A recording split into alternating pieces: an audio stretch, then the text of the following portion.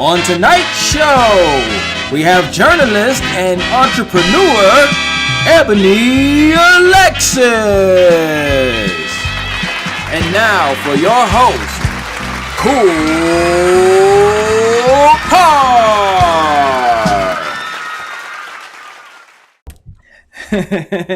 What's up, y'all? Welcome back to another episode of Kickin It with KoolKard. This is episode 34. I am KoolKard. Just want to thank everybody for tuning in, and anybody who's ever watched the episode or just a minute of an episode. Just want to show my gratitude for that. Want to thank all the guests that have come on the show. Last week, who did I have on last week? I'm drawing a blank right now. Who did I have last week?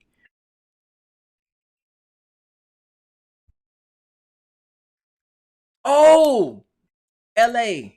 Yes, LA. LA, styled by Let LA Style You, a stylist, man. She's dope.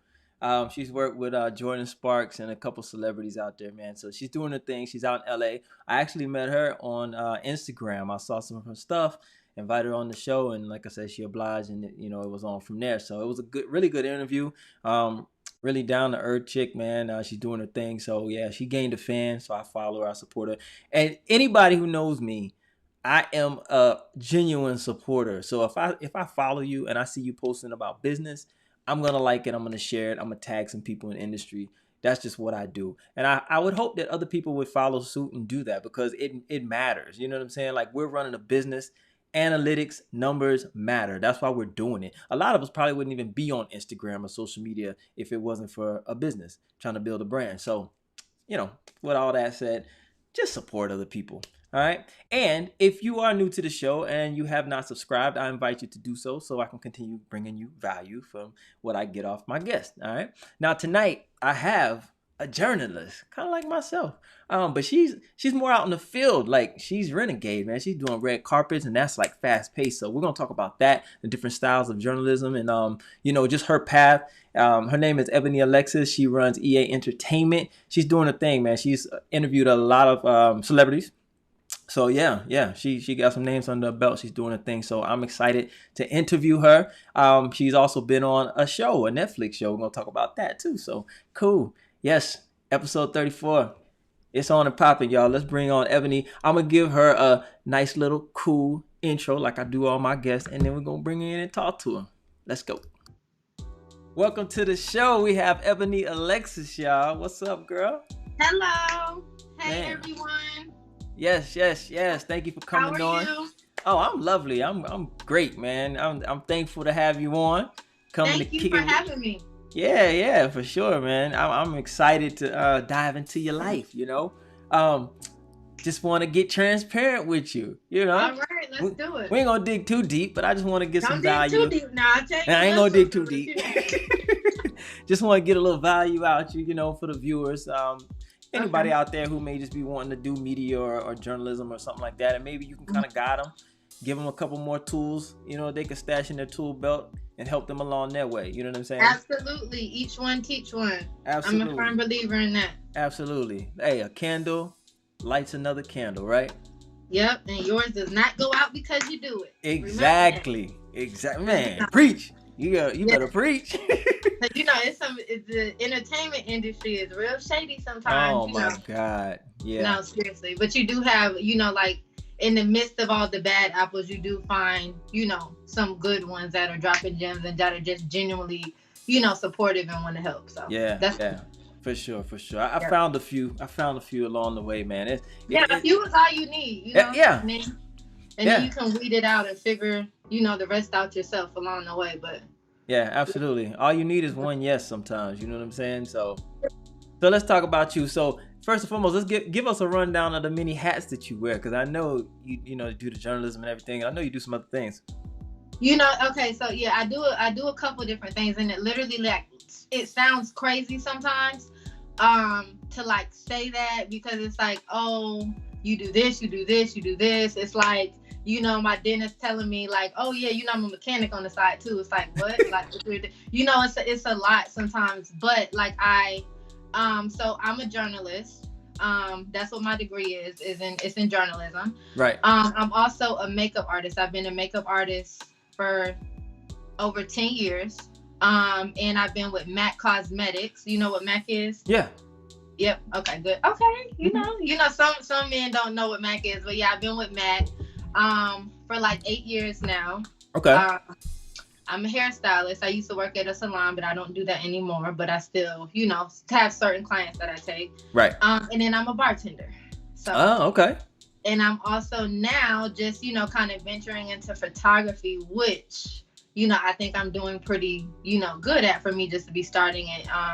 And then, like the whole editing thing. So I'm kind of just dipping and dabbling, into a lot of different things. But like the photography and editing and all of that, I've like really had to teach myself some of that stuff to help my brand, EA Entertainment. So it does help to know, how to do certain things like yourself. You got the intros down, the sound is like you got everything going. So, it's easier to be able to do that for yourself than have to call somebody. And, So, yeah, that's helped me. Like knowing how to do some things for yourself is really a tool that helps you. Yeah, absolutely. Do you edit as well? I am working on editing. I'm not the best, but I can create, like a basic, like I can do a basic edit. So like really in quarantine, like it's helped me a lot. Like I was, working on editing and learning. Like I bought a professional camera. Reason being because like I had a couple camera guys when I had like really big interviews cancel on me. And I was like, oh no, this cannot happen. At the end of the day, like I have to, on big interviews too. And I'm like, okay, at the end of the day, I have to at least learn how to set the camera up, press record, and then at least I have the footage and I can figure it out after that. But I was just like, okay, yeah. So I went into Best Buy and I was like, listen, give me the best camera. Like it was immediately after somebody canceled the interview. I was like, give me the best camera you have. They're like, okay, so what do you use? I'm like, I don't know. Just give me the best one with the clearest, no shake, just whatever you have that I don't know anything about cameras, but give me the best one. And so I bought the best one, sat on it for a couple years and didn't do anything with it. And in quarantine, I'm like, you know what? Let me pick this camera up and just. So I'm actually glad I did. Yeah, for sure. That's a crazy story because I was on my way to Kevin Hart press junket and I was covering it for this company out of LA called Something Massive, and my camera stopped working. Like right when I was about to leave the house, my camera stopped working. So I was like, oh shoot! I hopped in the car, went to Best Buy. I just grabbed the best thing I could find. Yeah. Struck down there. Luckily, I had like a little power inverter, so I could plug it in like a wall charger in my car. So I plugged it in, charged the battery up real quick. Yeah. And just got it. That's the worst feeling when you don't know anything about how to use it. And I'm like a very, even though I'm in media, like I'm a very like old school person. As you know, I was like, wait, they have live on this? Like I'm so. Like I still watch I have a VHS tape collection. That's a little side note, but like I'm very like I still read the paper. I have a planner that I literally write everything down in. My friends are like, just use your phone. I'm like, I don't trust the phone. Let me just write it down. Like for me, writing it down just makes it. So I'm like very old. So I'm not like a really techie person. So for me, teaching myself is like probably a lot more challenging than the typical person because I'm like so far removed from that, even though I'm in the industry, if that makes sense. hey, but listen, when you know, but I'm out here trying. But listen, at the end of the day, you have to have you. That's it. You know what I'm saying? Even if you don't know what you're doing, you still got to go out there and make it look good and make it look like you know what you're doing. And that's like, man, I'm telling you, that just separates you and me, because that's how I am. It separates us from other people. Because other people they're afraid. They're afraid. And I'm telling you, that's why I'm doing this show. That's why you're on this show. People need to hear this. You know what I'm saying? Like, don't be afraid of what you don't know. Just go for it. You can learn along the way. As long as you're confident, you're passionate about what you're doing, trust me, you're going to do all that it takes to learn what you need to know because you want it that bad. You know what I'm saying? Right. Absolutely. And I'm such an advocate for, telling people like, listen, know that I think, for me, like this generation, right? Like I'm in the middle of it, right? I know, like I've seen the generations change. Like everything is so fast paced. Like, microwave success. Like, okay, you post a YouTube video, cool, boom, you're a celebrity. Like I'm from an era where like I actually saw people passing out mixtapes, for sure, CDs, and so I can understand, and then I also understand how this generation feels like, okay, I'm supposed to be an overnight success, because that's all you've ever seen. So Yep. that work ethic and that hard work and that dedication, like that's like embedded in me because that's all I know because it's what I've seen. Yeah, that's where you come So from. yeah, so Yeah. now like it's like I'll see, like younger girls, and I'll be the first one to be like, listen, I know what you see like on camera, like it looks cute and it's like, oh hey, that I'm here, but the chaos and all the work that goes into it, Man. and especially with owning your own business, Right. it's a lot of work. Yeah. Like it's not just all fun and games, it's not just cute. I'm like, okay, I could get it together, but there could have been complete chaos. And I have a lot of, situations where it's like, okay, cool, you see me at the awards, but you have no idea what happened 10 minutes before I had to jump on that red carpet. Like crazy stories and crazy things always happen to me. But it's like, okay, what are you going to do? Are you going to just give up or just, keep pushing forward and propel yourself? Yeah. So, like it's a lot of work, because I tell women like, okay, so I have my own media company. So it's my media company. I'm the correspondent for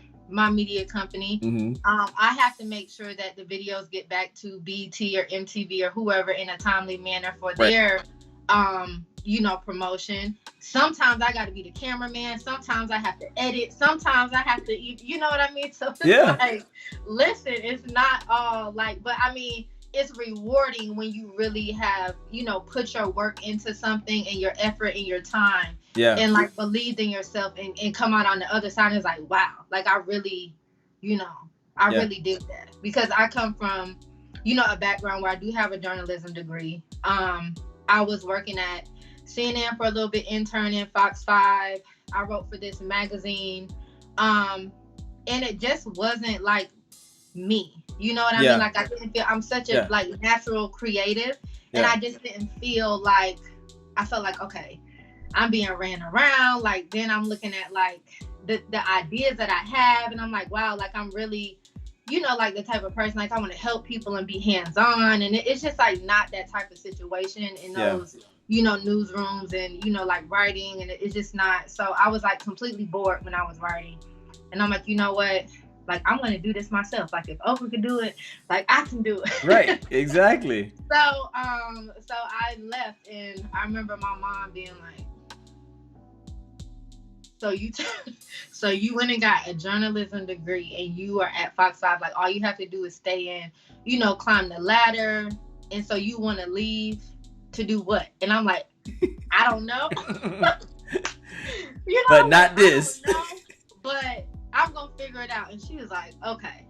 And then like pretty soon, and like again, like my lane has been the entertainment industry for a while. Like that's what I led with.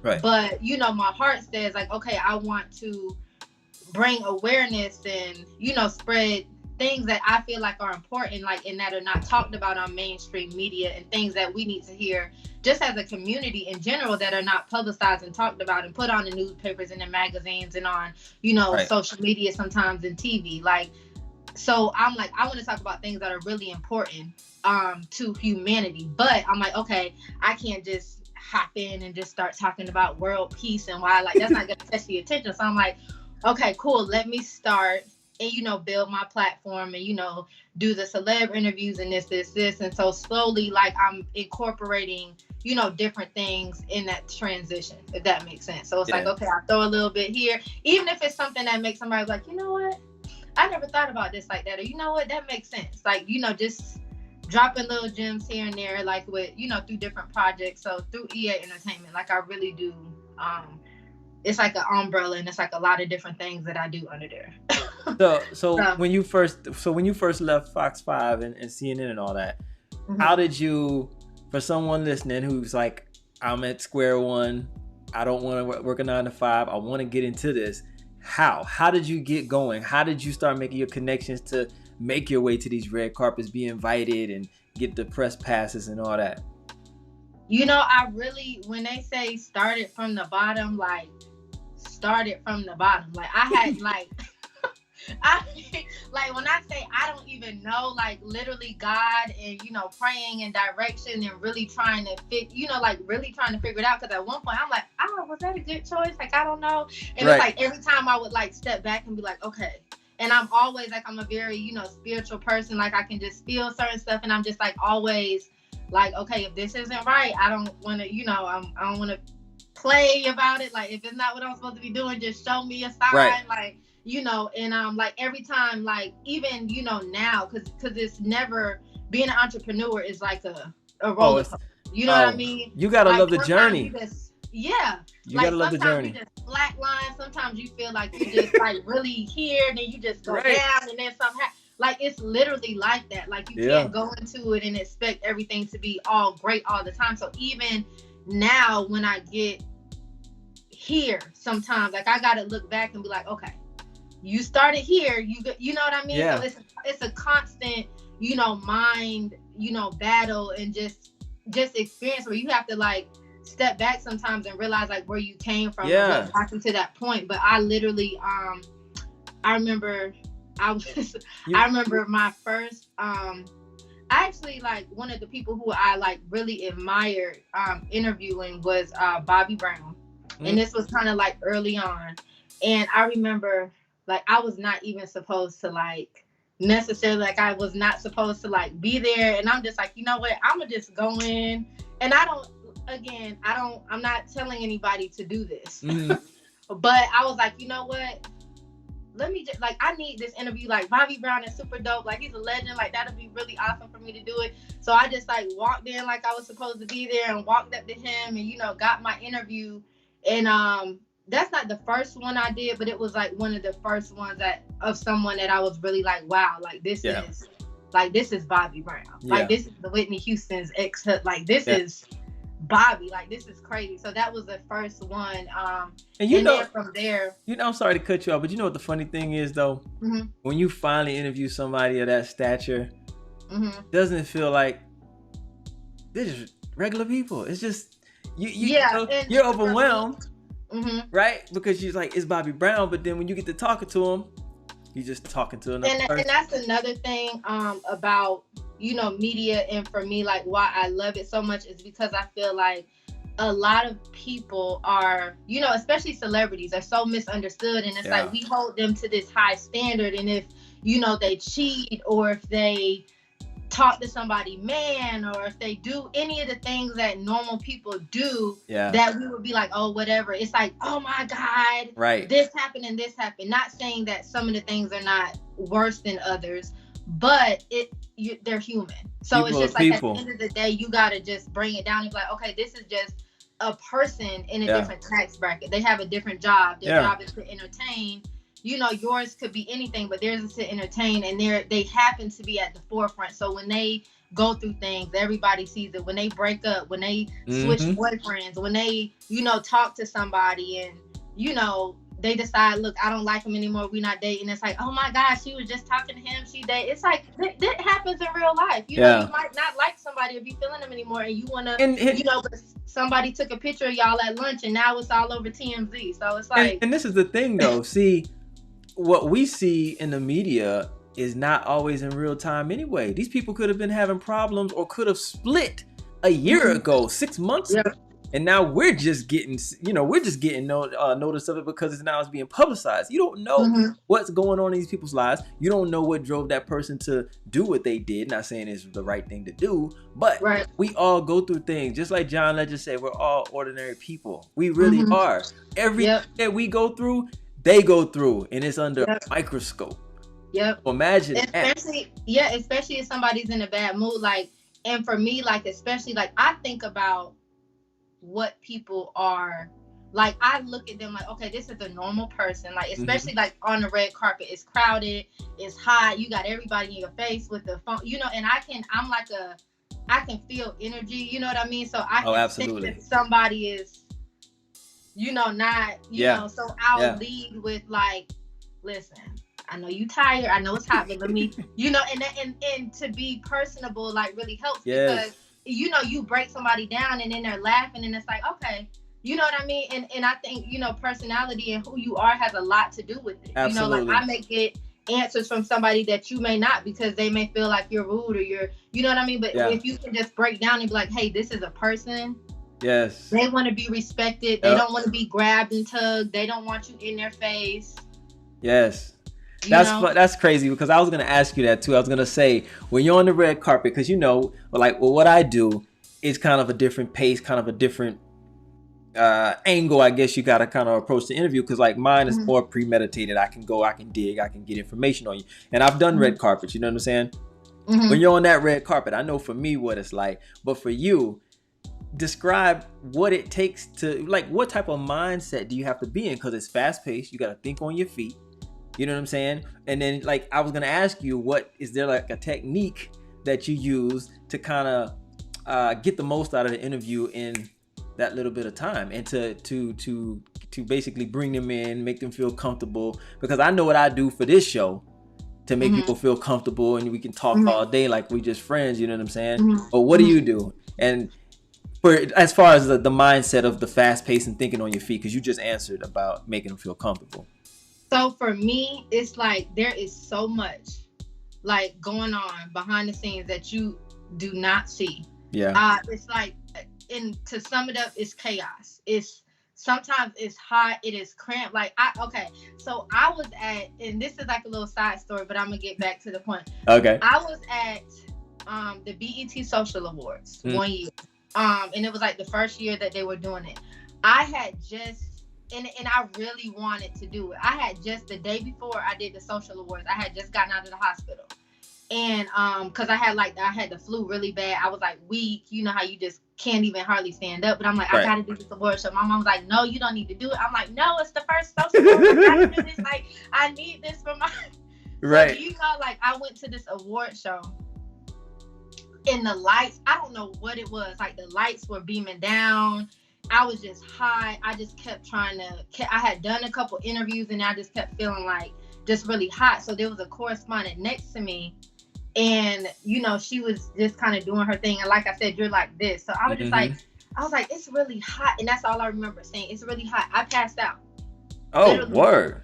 Yes. A stretcher. They had to come, like, oh, they wow. had to come get me. Like, I was on a gurney. They came. Was it from fatigue or something? I was just, like, I had just gotten out of the hospital. Like, you know how you're sick and you can't really eat? I was weak. Yeah. And then these lights are so bright. Yeah. And I was just overheated. I probably didn't drink enough water. I don't know. But And I then, passed out. and then it's a hustle out there too, because you can't just stand back. You can't do that. Yeah, you can't stand back and expect them to come to you, because somebody gonna jump right in front of you and be like, hey. Yeah. And get the interview. It's a hustle. So I literally passed out. Okay. And I was like, when I opened my eyes, I was in this little room, and I'm like, Erykah Badu was next. Like, I gotta get out of here before Erykah Badu. They're like, girl, you just passed out. And I'm like, can you please let me back out there? Like, I was like, I really have to get back out there. Like, I was like so determined. I'm like, I don't care. Like, I'm fine now. The paramedic was like, we're sending you home. I was like, no, please. Like, this, like, I really need to be here. So I like literally begged these people, right? And so the paramedic, I was like, there was like, my blood pressure was like low or something. And I was telling him, yeah, and I was like, what does my blood pressure have to be for them to let me back out? He was like, it's not like they're sending you home. I said, listen, I said, I have my own media company.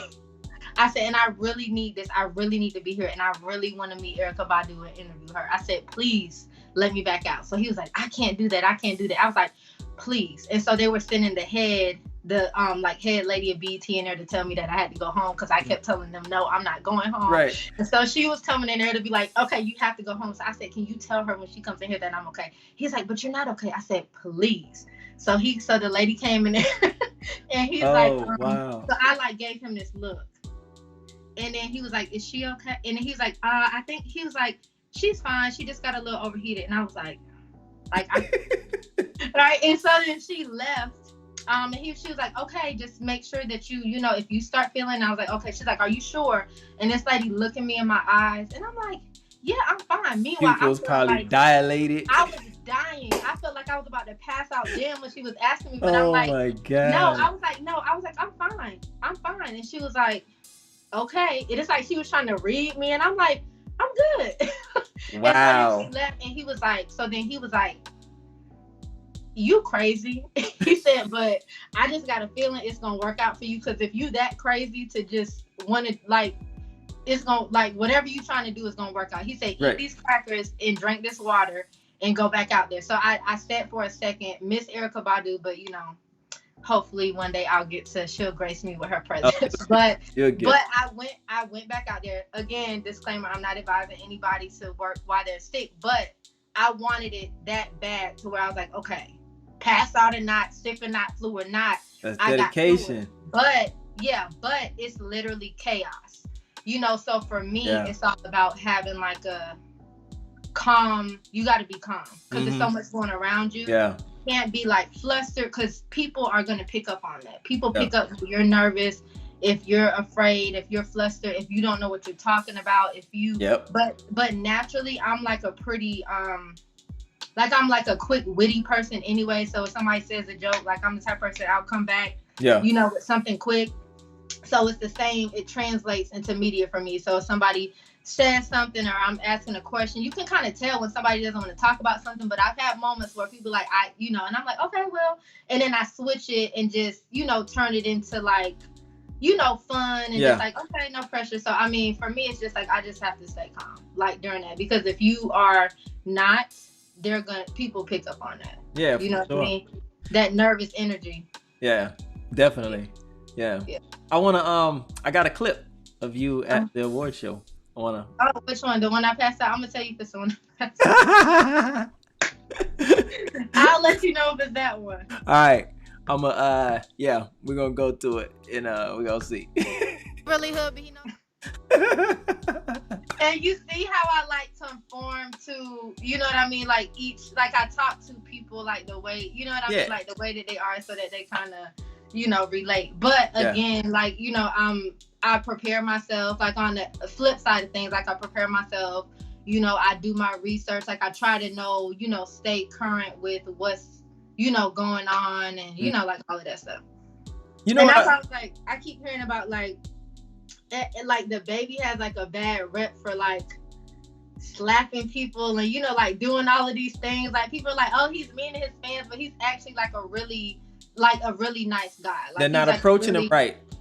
Yeah, but see, he's one of those people, again, human. If you grab me, I'm gonna slap you. So it's just like, know your limits. He's not one of those people you could tug on or pull their face or, you know, but he's really like an actually nice guy. I was like, oh, you're so nice. Like, you know, but it's like we have these preconceived notions about the way that people are. And it's like, it's media, you know? Yeah. Listen, man, I had, and like, for this show was Michael Blackson was like my first big name or whatever. And I had him a couple weeks ago. So what I think he appreciated it because, you know, every single interview that you see him on, what's he doing?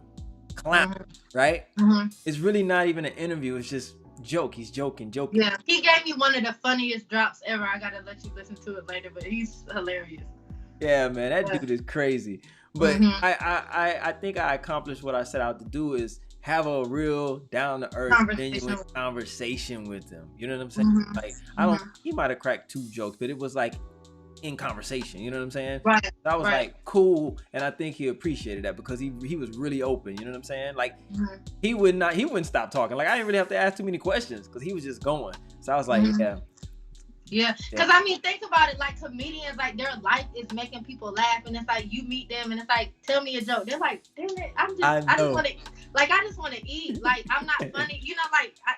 My career is funny. Like, can I just chill? Right. You know, people don't respect that. Like personal space, like it's crazy. Like people could be eating, and you know, it's like, hey, and it's just like, pay attention to what's going on. So sometimes when you talk to a celebrity and you get a bad reaction, it's like, you know, maybe they're doing something, maybe like, sometimes you're in a bad mood. Like everybody has their days. Like maybe just kind of on a bad day. Like it's crazy. Like I said. Yeah. Sometimes you just don't want to be bothered. Period. Right. Yeah. But I mean, it's like they're not allowed to not be bothered, and that's like not. Because you know what, people, man, it's sad that people take this approach, but they be like, you know, I pay your bills type of way. You know what I'm saying? That's how people approach them. Like, how dare you? Like, if it wasn't for your fans, you wouldn't be eating. I mean, it's the truth, but they should be able to live a life, though. You know what I'm saying? Yeah. Like, it's crazy, man. Real quick, who were you? Because you spoke about, you know, having people, a few people that you can kind of meet in the industry and help you out? Like, who were your mentors? Did you have any mentors coming up or Um, now? you know, in this, like I have I wouldn't say mentors. You know, like I honestly I look for mentors in everyone, you know, because I'm like naturally inquisitive, you know. So if it's something that I see you doing, like I'm gonna ask questions like, oh well, how did you do this, or how did you, you know, do that? But I mean, people who have been successful in a particular area, like I do make it my business to study them, study, you know what I mean, like Yeah. what they did, like different paths like that you could take, and you know, essentially like I want to do things, you know, my way, but it helps to see, okay, you can do this, you can do this, because now like I don't think I'm gonna, you know, necessarily do entertainment forever. Like I'm now looking into like getting on the production side of things, which is crazy because I never, you know, thought that I would be there. But you Right. know, time changes, things change, you know, so I'm not necessarily looking to be like with my company, like I don't necessarily want to be like the forefront, the face, like out there, Okay. you know, hands on so much anymore, because I've done it. Not that I'm done with it, but it's just kind of like, okay, you know, what's next? Right. You know. So I was gonna ask you too with you know, well, for those that don't know, she was on Netflix, the Netflix show Love Is Blind. Mm-hmm. So I want you to kind of tell us a little bit about how that happened, how that came about, and then like the process. And then I had a question about what you can answer this later on, but it's kind of a question to what you were just talking about. What did you take from that? What were the takeaways of being on set that you kind of learned about the business and behind the scenes, you know what I'm saying, with that show? First of all, I learned that editing has a lot to do with everything. Like, and I did not know, like, yeah, you can, reality TV, like, again, Love Is Blind was very real. Like, I was there. Like, it was not fake. It was not staged. Like, everything. Because people like, oh, that's fake. Oh, like, it was 1000% completely real. wow. Probably one of the craziest things that I have ever done. Yeah, like to consider marrying someone I have not seen. So you were really considering it? Like, listen, you really have to. Have you dated in Atlanta? Listen, do I need to say more? Jesus. You know, I think that's. I know it's hard out here. I know. Yeah, like, whew. Anyway, so anybody who dated in Atlanta will feel this. Oh my God. You definitely, like, because you know, I had someone contact me like, hey, you know, there's 15 men who are looking for their wives. I'm like, what? Like, wow. What? Where? Like, and it's funny because in the intro of Love Is Blind, that was a real reaction. Like, I was like, you know, they tell me they you know, they want commitment, they're looking for wives, and I'm like, what? Where? Because that's when they called me, the producers, you know, contacted me about it. I'm like, Atlanta, Georgia. You have 15 men who want a wife. Who actually want a wife. In Atlanta, where? Because I feel like am I not having good luck? Like, where did y'all find them at? Where did y'all go? Right. But in a monogamous relationship. right. I'm like, well, just me, like me by myself. Like, they just want. So right. I had a lot of questions, you know. So imagine my surprise. But you know, again, like I said, it was like one of the craziest things that I've ever done. And I'm like, they're like, okay, you're gonna meet this person. You're going to be behind a wall, and you can't see them. You just talk to them, and you get to know them for who they are on the inside. So I was like, you know what? That's kind of dope, though, because everyone, like, when you first meet someone, it is physical attraction. It's like, okay, do I think you're cute? Okay, you think I'm cute? All right, cool, let's do this. Right. And a lot of times, and I've been in those situations in relationships where it was like, okay, the person is attractive, and it's like, you try to make it work and they try to make it work with you based on that. And it's like, we're really not compatible. We don't have the same morals. Like, can I just like sit in a room with you and talk about nothing? Right. Like, that's me. Like, I'm a big, like, I have to be able to, like, I've always told myself, like, the person, you know, that I end up with, like, I want to like just like and love them so much that if they lost, and this is kind of dramatic, but don't judge me, I'm Aquarius, but I'm like, if they lost both of their legs and arms, would I still be with them? Right. And I know that's crazy, but I'm like a very, loyal person. So it's just like, for me, if I could be with you and you don't have any arms or any legs, like, that's how I know. Like, would I sit there and wheel you around with nubs? But that's a real question, though, because there's a lot of shallow people that would do that.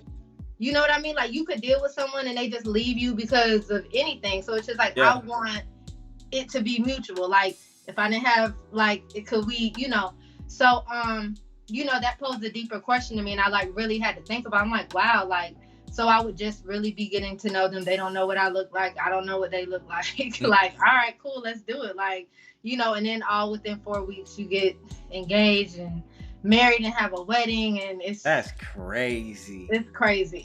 So did someone actually end up getting married?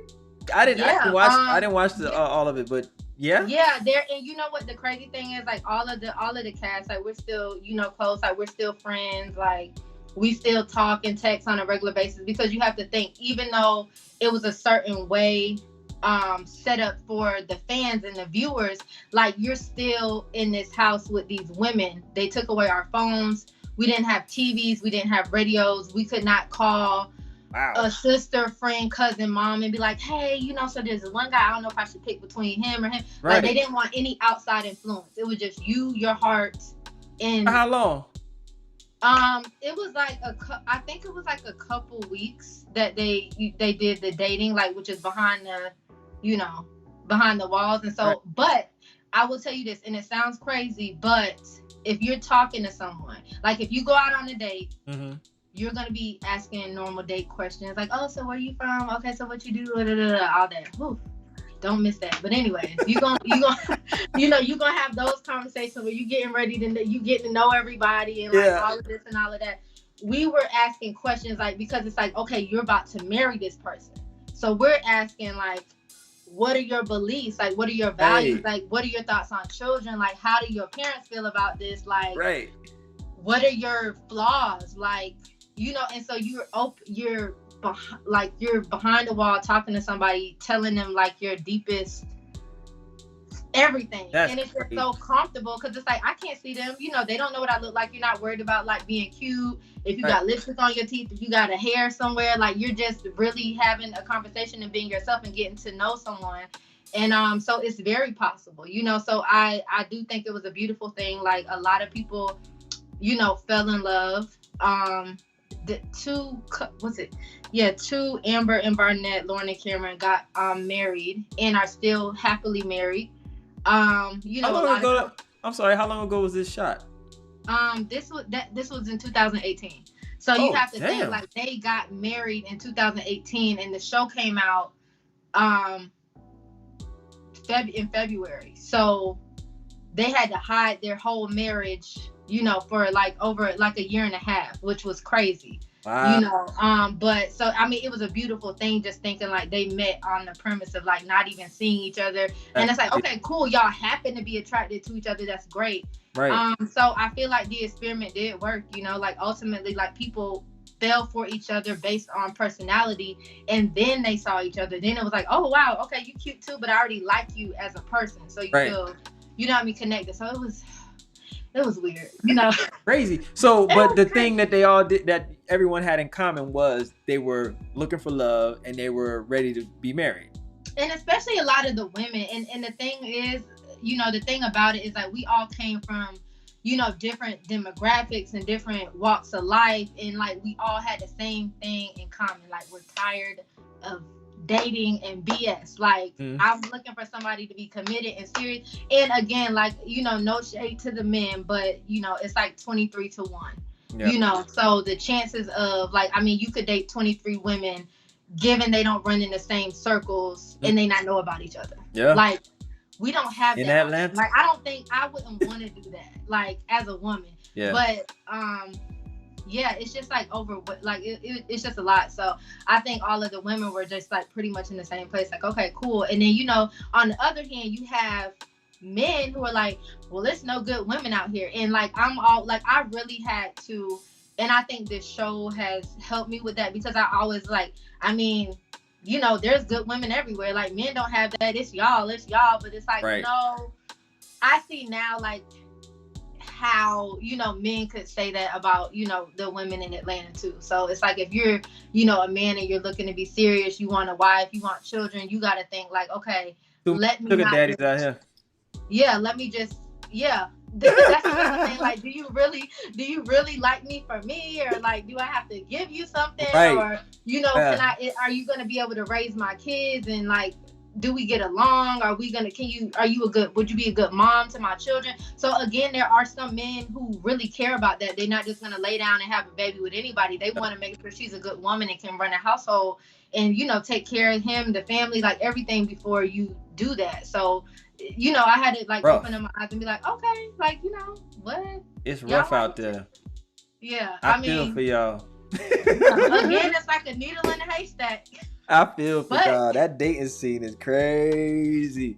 Like, for real. Like, so the guys, this is the thing with the guys. The guys have too many options. Mm-hmm. And they know that if this one ain't acting right, I could turn right. But and that's the thing. I think that nobody takes the time to like focus their attention long enough, because everyone, especially with these dating apps and Instagram, just everything, like just all the women, period. I think it's just like I can go get another one. Like, like it's disposable. Not saying that the guys are necessarily bad, like, because I do feel like they're good men, but I just feel like it's, you know, as far as the attention goes, like, oh well, I mean, we had an argument. Yeah, when you have too many options, it's just not a good. It's not a good. You know, me and Amanda got into it. I'm about to call Leslie. Right. Oh, Leslie got an attitude. I'm about to call Keisha. It's like, God, like, so I mean, men have that option. It's like, you don't want to like really stay and work through it and fight it. And a lot of people would rather, instead of battling whatever issues they're having or communication issues or personal problems, you would rather say, forget it, I'm not going to work on it, let me just go to someone else. But you end up in this repetitive cycle of serial dating or whatever it is, because you're not facing yourself and you're not dealing with your own issues and your own problems, because maybe it's you, but you don't want to take the time to fix it with anybody, because you can just move on. Yeah. You know. But then on the flip side of that, now the women, to combat that behavior, it's like, oh, he gotta combat it now. Come on. No. I'm neutral in this. I don't care. Right. I ain't like, you like, I don't got nothing to do with it. Yeah. I'm neutral. I ain't taking up for nobody. I'm just saying, I'm playing devil's advocate. So the women, to combat that, they're like, okay, since the guys, their attention span is short, they're over here, they're over there, I'm just gonna run his pockets, get what I can get out of them, and keep a sugar daddy. That's what's going on out here. You know what? That whole sugar daddy life, like, I have never been like, I cannot do that. You get what I'm saying? Like, for me, I think it's so unattractive if a man, and I've had men do that, like during dates, like pull out their money or talk about like their success and this and that. And to me, that's a turnoff, because to me, it tells me, oh, okay, you feel like because you're successful that you don't actually have to earn me, and you think you can buy me. Yeah. And no, that means you have zero respect. So I don't want to hear about what you did and what you got. Right. At the end of the day, like, I was raised like, whatever's in that man's pocket is in his pocket. It's his, yeah. And you get it yourself and you keep it. You don't have to depend on a man to do X, Y, and Z for you if you know, have your own, you know. So for me, it's just always kind of been like, that's like a turn off. Like, don't try to tell me what you're gonna buy and what you can do, because it just makes it like you don't have to put any effort. No, you still have to work, you still have to date, you still have to communicate, be consistent, call, you know, just regular dating stuff. But I just feel like when women come and they, you know, demand certain things, it makes it, you know, seem like it's too much, or like you just asking for too much. It's like, no, we're grown. You know, right. I need a little consistency if you're trying to, you know, like, I need to hear from you every day, several times. It's just like the smallest things, like, are just like, it's just too much. And for me, it's like, I've always been the type of person, like, okay, if it's too much of what I'm asking, it's like somebody is out there and they can do that. Like, whatever it is that you are not willing to do, is somebody else that's going to do it. Yeah. So it's just a matter of, do you want to wait for that person who's going to do it and come to where you are? Like, and I always tell ladies, don't ever bring yourself down. Like, wait until a man can meet you up where you at. Sure. Come down.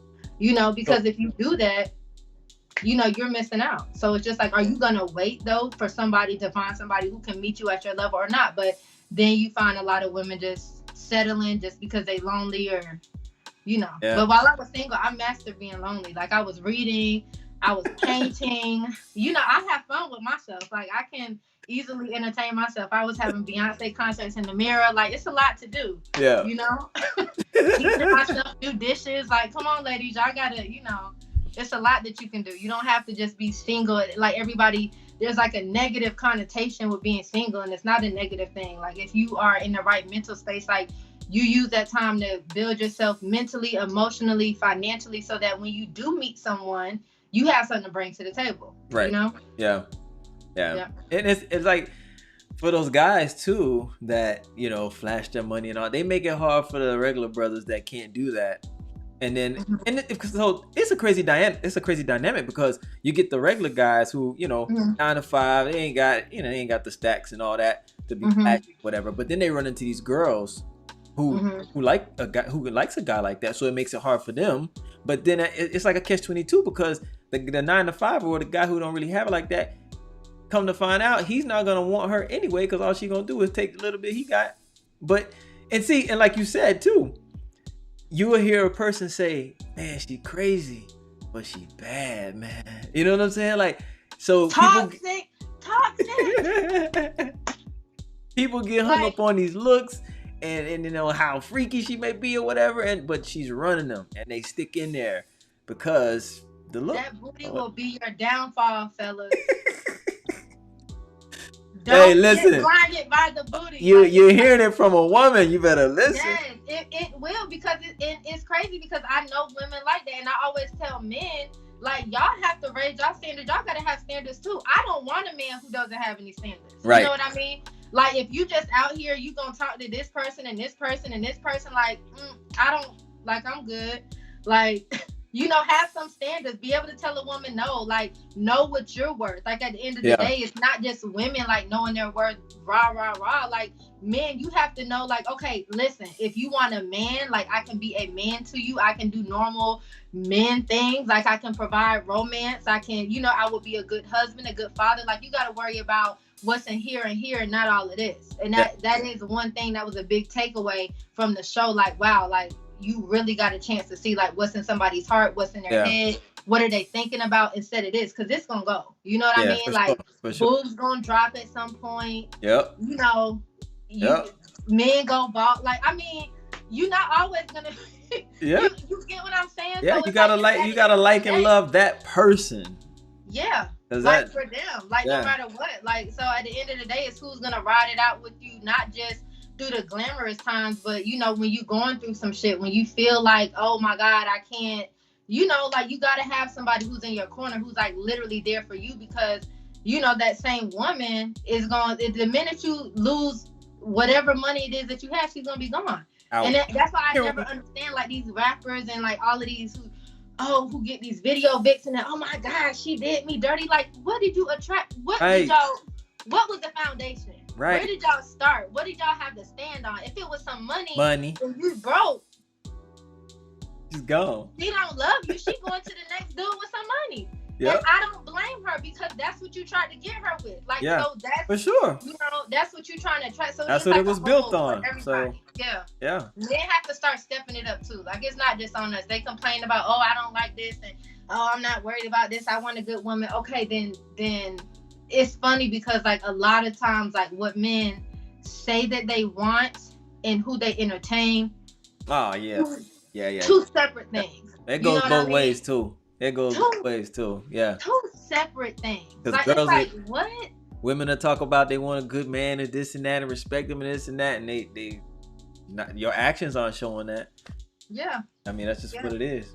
Yeah. So on the show, was it the idea of having everybody leave out of there with a partner? Or? I don't think they really they had an idea of who they thought would mesh and who, Mm-hmm. but a lot of things I think that they thought would go a certain way didn't. Like, they were even surprised at the way it turned out, Okay. So I think that they didn't have like a certain amount of, I mean, everyone was even number, so it wasn't like everybody potentially could have had a match. But energy, just who you got along with, like people just naturally gravitated because it's the voice. Like you can't see them, you don't know what they look like, and you want to kind of steer clear of talking about that stuff. They told us too, because it's not about that. That's not what we're here for. Right. You guys have all been dating the same. I was one of them, like, okay, he got to be this tall. He needs to be this. He needs to be this. You really don't know what you want. You get what I'm saying? And not really like, okay, what type of, I had to sit back and be like, okay, what type of like man do I need? Like, what type of woman am I? And what type of man do I need? And who's compatible with you? And who's compatible with me? So it's like looks have nothing to do with it. So I don't think they had a certain number in mind, but I do think that they were surprised at the outcome. Like, I'm still like even shocked when I see it sometimes, and I, when I see certain people like on Instagram, because like now, like, everybody's doing like really well, especially the people who've gotten engaged and married. So whenever I see somebody like on any post saying anything about love is blind, I'm like, no, because it's real, but so many people think it's not. And I'm just like, no, this is like a real thing that happened. And like, just be happy for love, like whoever it is, like love who you love. Like, and I know with that show, it wasn't about anything physical. So I'm the first one, like, no, they really love each other for real. Like, it's not a gimmick. Dope. Yeah. So it's a good thing to see. It was a really, good thing to, have, just a blessing to have been a part of it, and just to still, know everyone. And like I said, we're all still really close. Like, even if we don't, talk as much, it's still like we're still silently rooting for everybody. Like, it's like, okay, girl, like I see you, like, like, so it's a good feeling. Do you talk to any of the men as just like, platonic? Yeah. Cool. Yeah. Yeah. So did you think that you found love on there? At that time? I did. at one point. But the guy and I, we dated for a while after the show, probably like, 3 or 4 months after the show. Okay. And it didn't end up working out. But we, like, I don't have anything bad to say, about him. He's a good, like, he's a, generally like a good person. Yeah. Like, I don't think they put any bad, people on the show. Okay. So I wish him the best. All right, well, before we wrap up, you know what I forgot to ask you earlier? I see you in a lot of pictures with the Migos. What's your relationship with them, if you care to talk about that? Okay, yeah, I've been knowing them since they were like young, like middle school. Like, my little brother is he's like really good friends with them, and they just like kind of childhood friends, and like grew up, and like he's a rapper as well. Shout out Migo Domingo. That's my little baby brother.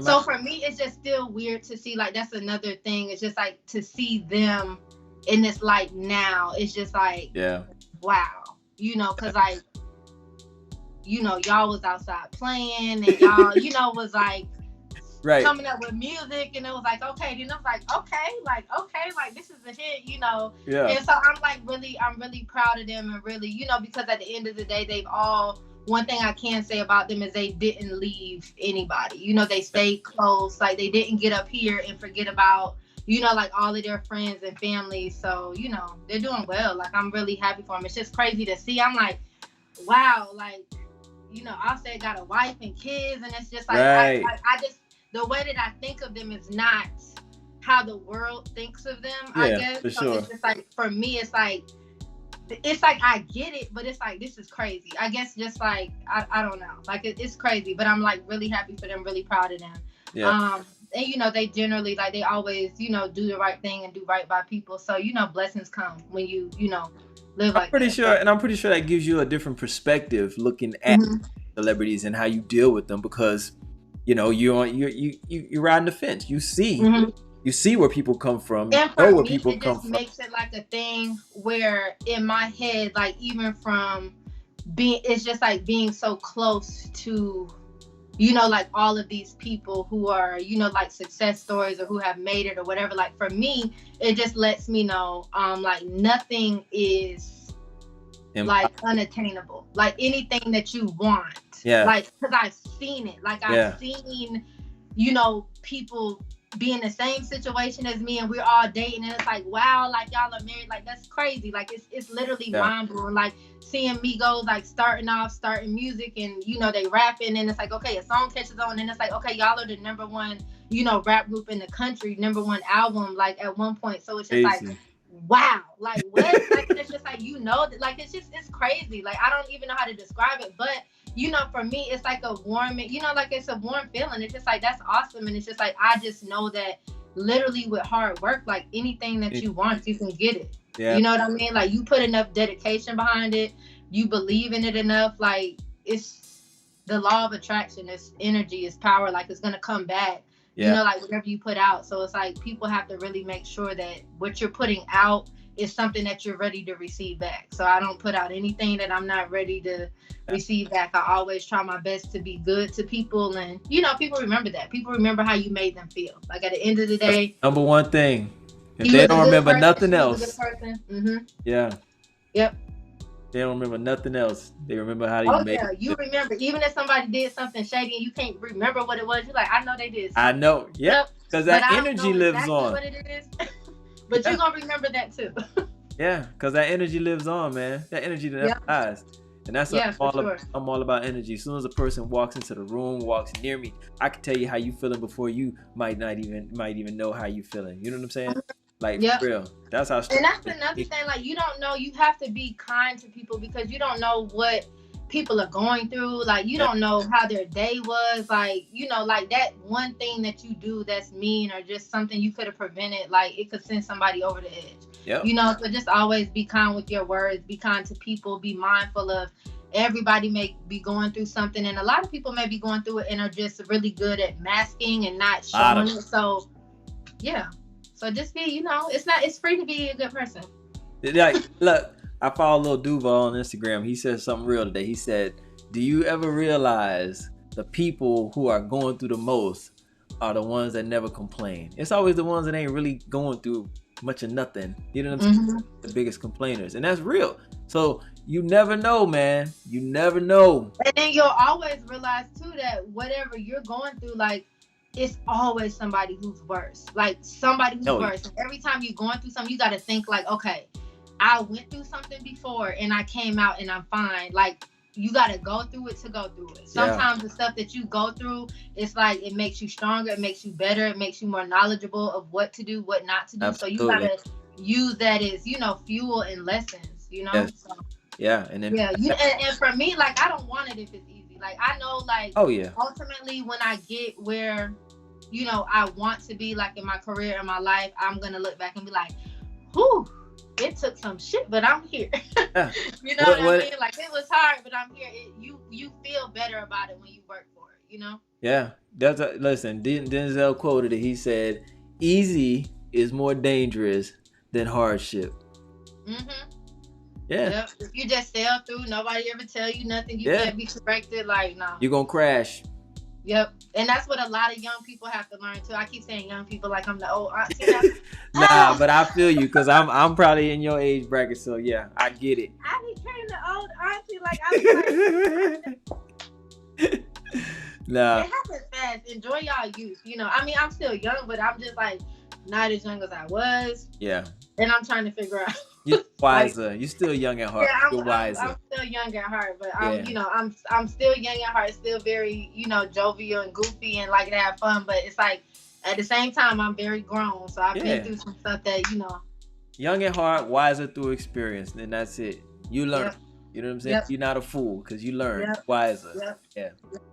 Yeah, man. Well, that's a good way to end it, man. I really appreciate you coming on. I appreciate this conversation. It was really real, really grounded, real down to earth. You're very open, just like I like it when you kicking it with KoolKard, man. I'm telling you. Yes, you dropped a lot of gems that I know people can take away, even if they're not looking to be in journalism or media or whatever. But because I mean, it's just life, man. We just talking life. And anything you do, just give it your all, and just be, consistent, persistent. If you hear no, that's cool. Just keep going. Cause I heard no a lot. Oh yeah. And it's like you still, and it's just like, okay, cool. That's not the, rejection is sometimes redirection. Hey, no is an opportunity to be creative. Yep. Like I'm and I'm the type of person, like, I'm gonna come up with something else. Okay, cool. No, all right, cool. That doesn't mean, for me, like, that doesn't always mean no. I'm like, okay, right. no, okay. That just means not right now. Like, not right now. A way to get it done. That's all it means. Not right now. That's it. Yep. Yeah, man. Tell everybody where they can find you. You guys can go to my website and check out everything I have going on at www.itsebonyalexis.com. Everything is It's Ebony Alexis. If you need to contact me, for interviews, business, it's ebonyalexis@gmail.com. www.itsebonyalexis.com. My Instagram is itsebonyalexis.com. Twitter, like, I'm not really active. Like I told y'all, I'm old school. I can only work one thing at a time. But I'm about to like get, try to get back on Facebook, and because I understand, like, it's like I learned how to do one thing, and then it's like, okay, this is too much. So I'm gonna, get back on Twitter. Everything is It's Ebony Alexis. So y'all, check me out. Thank you for having me. Maybe we can, collab and brainstorm and come up with something, work together since we're in the same field. So yeah, I appreciate it. Thank you for having me. Yeah, definitely. Had to have you, man. So yeah, keep in touch with me. I would love to collaborate with you. Okay. Minds, think alike, so we can, put something together, man. I love it. That's what's Yep, let's do it. Let's do it. All right. I'm holding you to it. You hold me to it. I will, for sure. We'll collab. All right. All right, bye. All right, peace. I appreciate you coming on. Hey guys, thank y'all for tuning in once again. Kicking It with KoolKard, episode 34. Yeah, man. It's beautiful, man. Beautiful, beautiful. Thank y'all for tuning in. I appreciate you guys, man. Every episode, we're gonna keep building. You never know who I will have. I'm gonna keep bringing you that value. I'm gonna keep bringing you realness. I'm gonna keep bringing you good, genuine, transparent people who are doing their thing. Take away value. That's what it's all about. Until next time, y'all. Man, I'm out of here. Peace.